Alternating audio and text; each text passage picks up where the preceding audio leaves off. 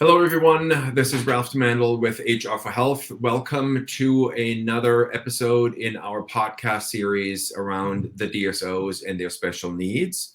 I'm very excited to welcome two newbies to our podcast today. First, I wanted to introduce Hollie Stevenson, and second, I would like to introduce Katie Wienecke. Introduce yourselves. Talk to me a little bit about yourselves before we dive into who you're with and what you do. Sure. I'm Hollie Stevenson. I am the VP of Affiliate and Government Relations for Dental Lifeline Network. And I've been with the organization over 10 years. We're a nonprofit, and we help provide donated care to people who need it, are vulnerable, and have no access to care. And we do it through volunteer dentists and volunteer labs. And I'm excited to be here and to tell you a little bit more about what we do. Excellent. Yeah, so am I. Katie, your turn. I'm Katie Wienecke. I am the Director of Partner Relationships for Dental Lifeline Network, and I'm pretty new. I'm new to the world of dentistry, but I was brought on to really help us grow our partner relationships with DSOs, with group practices, and just try to reach more people. Great, thank you. Okay, so Dental Lifeline Network. When I prepared for this podcast, and Katie, by the way, welcome to Dental. It is one of those things that will never let you go, as Hollie can attest to, because she's been doing this for 10 years. I've been doing it for over 20. And if someone would have told me in college that I would be in this industry my entire life, I would have laughed them out the room. So welcome. You will never be leaving. So Thank you. So in my preparation for this podcast, I looked a little bit through what I could find online about the Dental Lifeline Network. I looked through the mission statement that you guys have, but I also found some really interesting statistics that I kind of want to start with, because obviously volunteer work and the drive coming through DSOs and approaching DSO employees and employees that are in a position to really make a difference because they're working in the healthcare sector where many of people are not in a position to easily access care, is something obviously that I care about as a leader in an organization where it's all around HR, right? Like HR has a lot to do with employee satisfaction. So the first two pieces of info that I wanted to share is some research that was in an article in the Business News Daily. And to quote them, they said employees who participate in volunteerism benefit from higher morale and an increase in overall happiness. Having done volunteer work myself, being the parent of a special needs child, we are volunteering all the time and give back.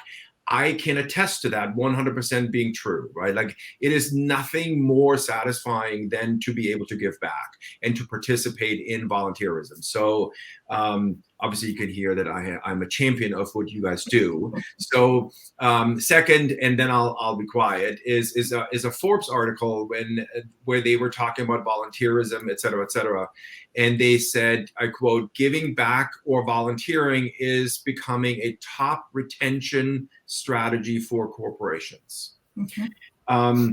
I'll jump in on that point later on, because I couldn't agree more, especially in an environment where we are today, where DSOs are really struggling to, not just DSOs, but healthcare businesses in general, are struggling with not just getting new employees, but keeping employees engaged and keeping them from leaving. So having that as an additional, I'm going to call it a benefit that is being offered when someone approaches and or starts work with an organization is, I think, a strong added value to them.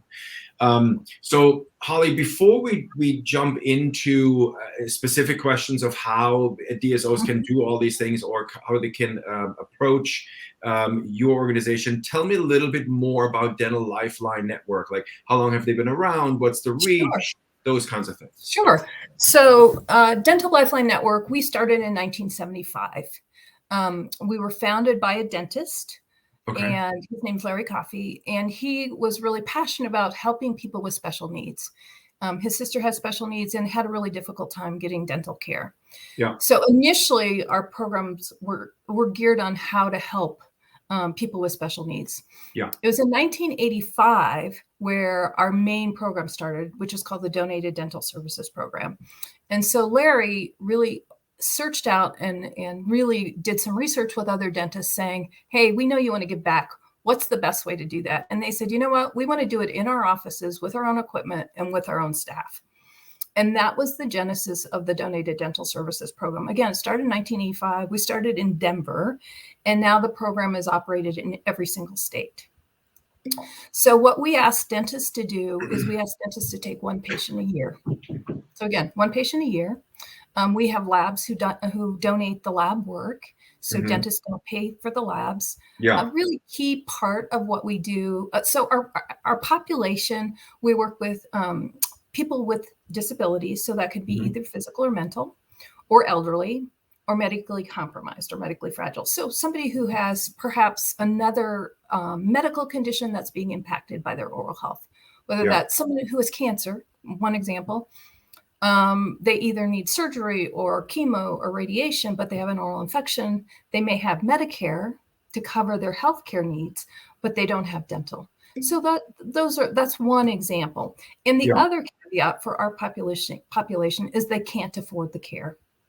And so, and we do prioritize veterans. We found that veterans are a population that really need help, and some of them are basically slipping through the cracks.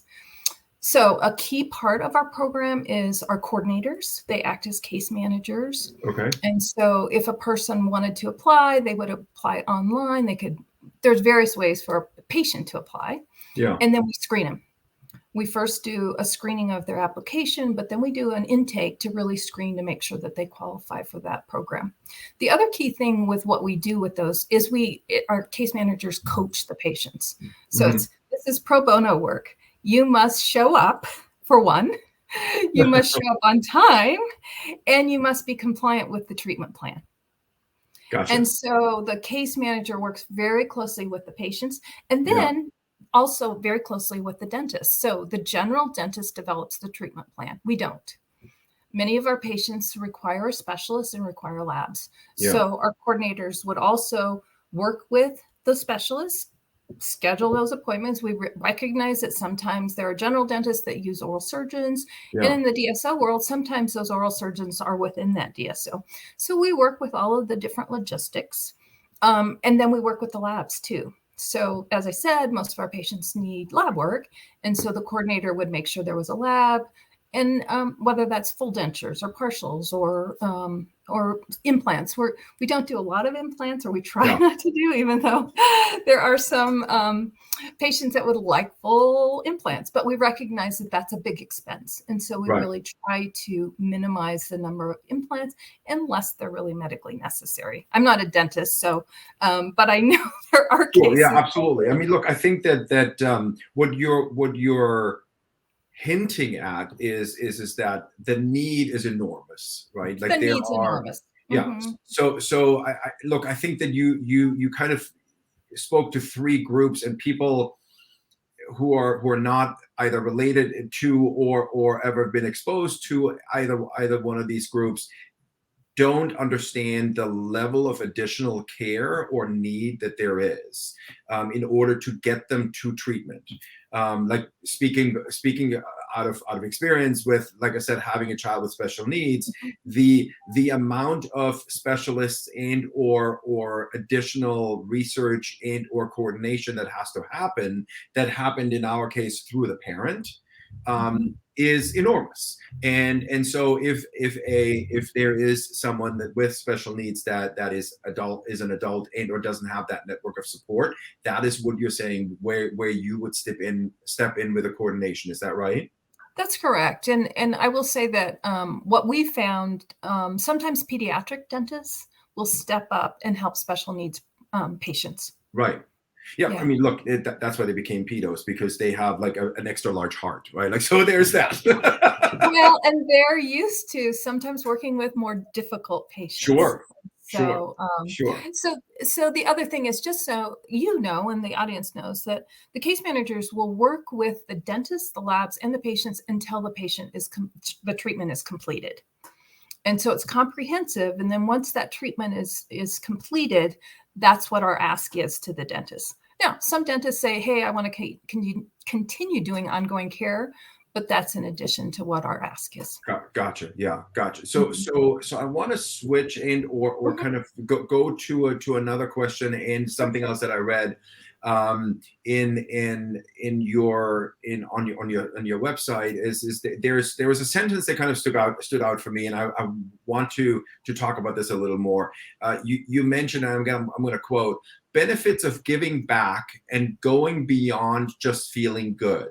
Mm-hmm. Right? That's a great statement, but what do you mean by that? Like, how do you explain that a little bit for our Sure. listeners or viewers? Sure, I'm happy to. So when DSOs or dentists provide pro bono care to vulnerable individuals in need, and that's who our population is, it really boosts the dentists and their staff morale.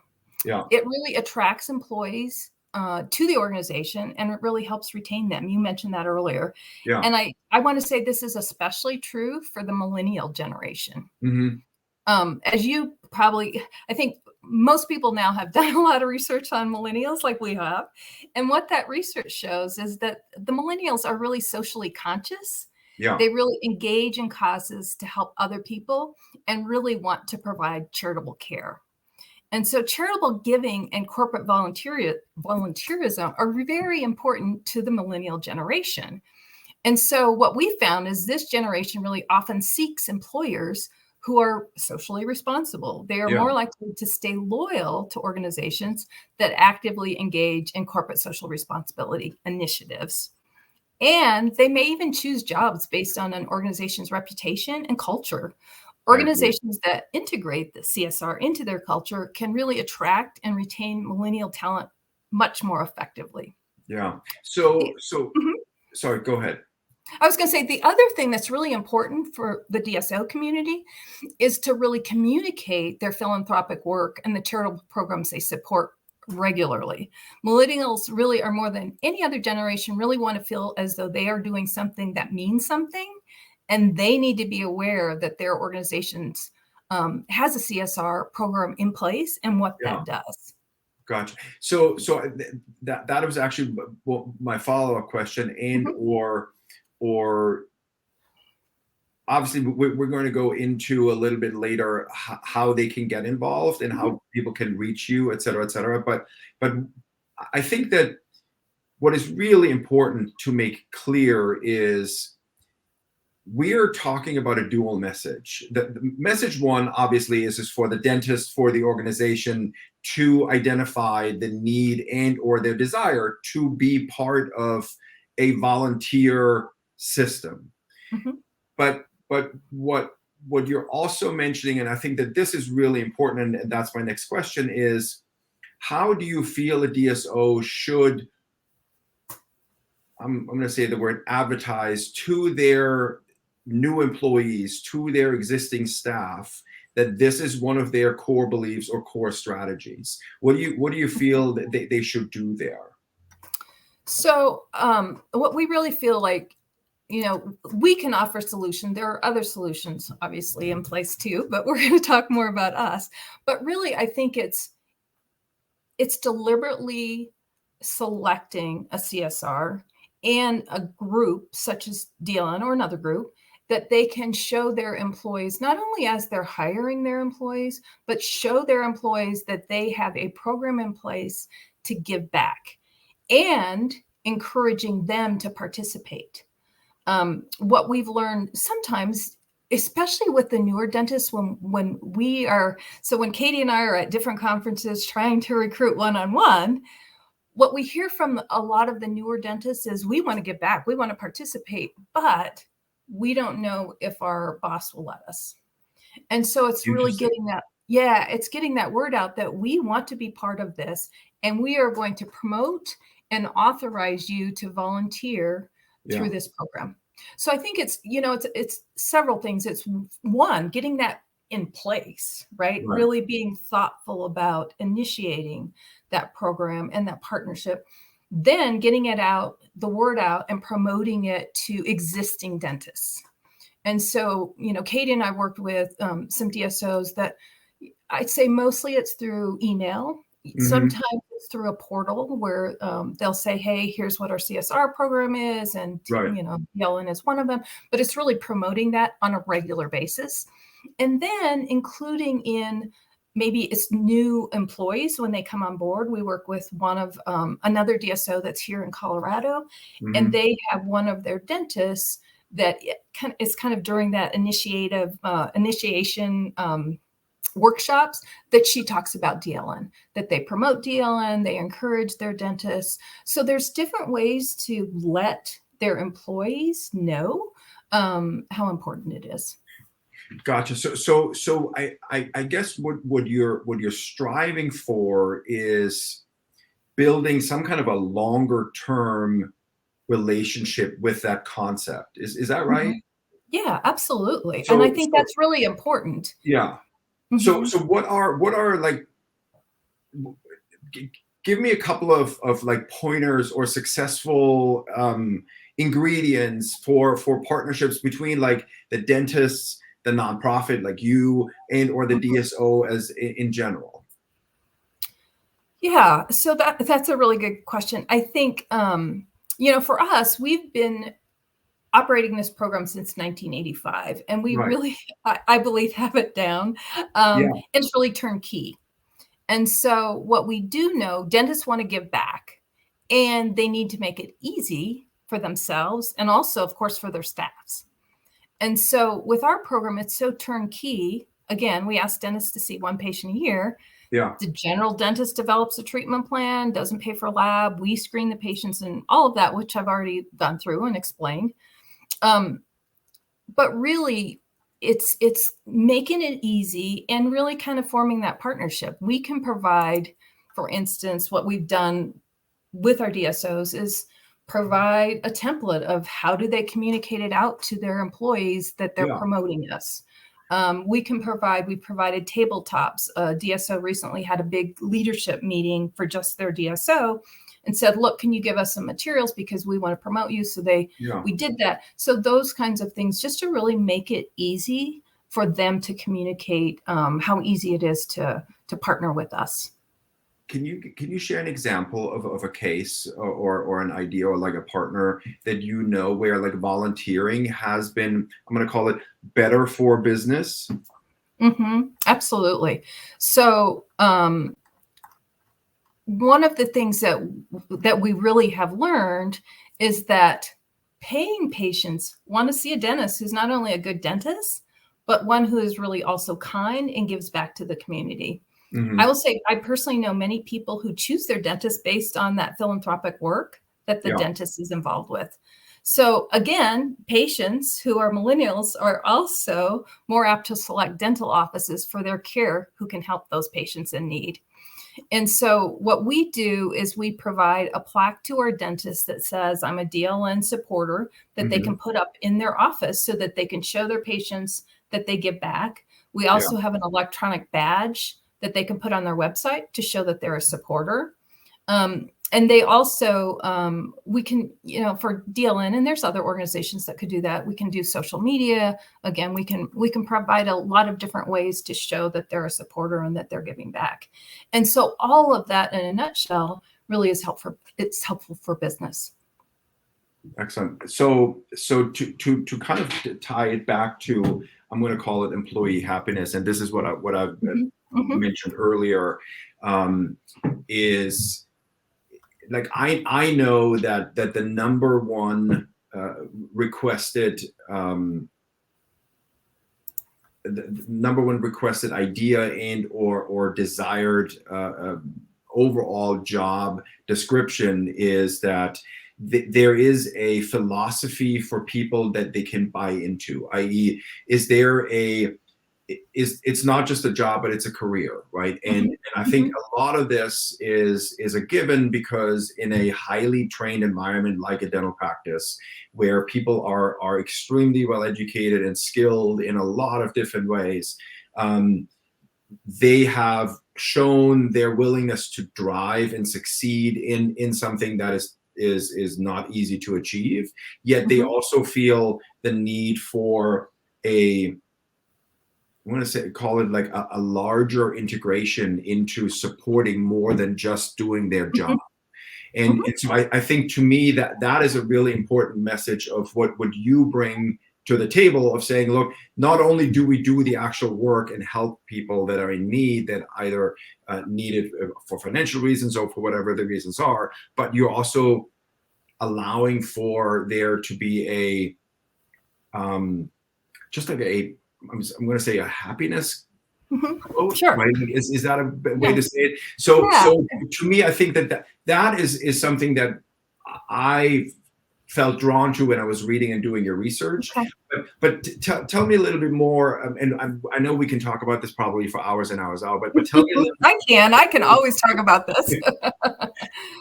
Tell me a little bit more about that part, as far as this keeping people engaged and happy. Great. That is such a great question and such a great discussion. I want to give you a couple of examples from actually a couple of our volunteer dentists. Yeah. Both of them happen to be millennials. First is a dentist in New Jersey. And when we were talking about the program, he said, I've got to tell you that when one of our patients is a DDS patient and that patient is in our office, he said the whole staff has a good day and feels good about helping that patient. So it really, he said, I can just see a difference. When we have one of your patients, it's a good day. Another dentist who's in Pennsylvania, what she said is that it feels good personally to make sure a patient's life is better based on what she can do to help them. So that was really personal to her. But she said her staff love taking care of the DDS patients, that they're really committed to the patient's care and just really appreciate the ability to help others. And this was interesting too. She said, it's really nice to be seen as a practice where it is not about dollars and cents, but really helping people. Yeah. Great message. I mean, I like I said, like, obviously, if people can't tell, I'm a full supporter. Like this is amazing. So good for you. Like I said, we could, like, I wish we would be like a regular podcast where we can talk for 3 hours and then and then just post it. But Next time. Since we're business people, like, we're only allowed to do it for like half an hour. So we're getting to that 30-minute mark. Sure, absolutely. So Hollie or Katie, I want to give you guys a chance, and obviously we will post this as an extra note of where can people find you, but how do they reach out to you? What are the things that you want to tell people to go here, do this, like brag about yourself? Yeah, I think one thing that we will be at the DSO Summit. So we really would encourage each of you to come visit. It's very easy for individual dentists to sign up. They can go to Dental Lifeline Network and volunteer. We also have a separate DSO group practice page that we can share with you, Ralf. If dentists wants to sign up right now, we have an online sign up form that we can provide that to you as well. And I think what I would really encourage as the DSOs, especially some of the newer DSOs, as they're really trying to think about how do we incorporate this into our culture, we're a really turnkey solution. And so we'll provide you with our contact information, and they can just contact either Katie or me, either one of us, and we can walk through steps. And sometimes it takes a while, but we can, we can make it happen very quickly, or we're very patient. And sometimes these things, we just wrapped one up that took a year, and we're fine with that. We're going to be here regardless. I mean, look, if nothing else, you have track record, right? Like, it's like we do. You've been doing it since 1985, so easy. So thank you, Hollie, for that. I like I said, I'm very excited to have you at the event.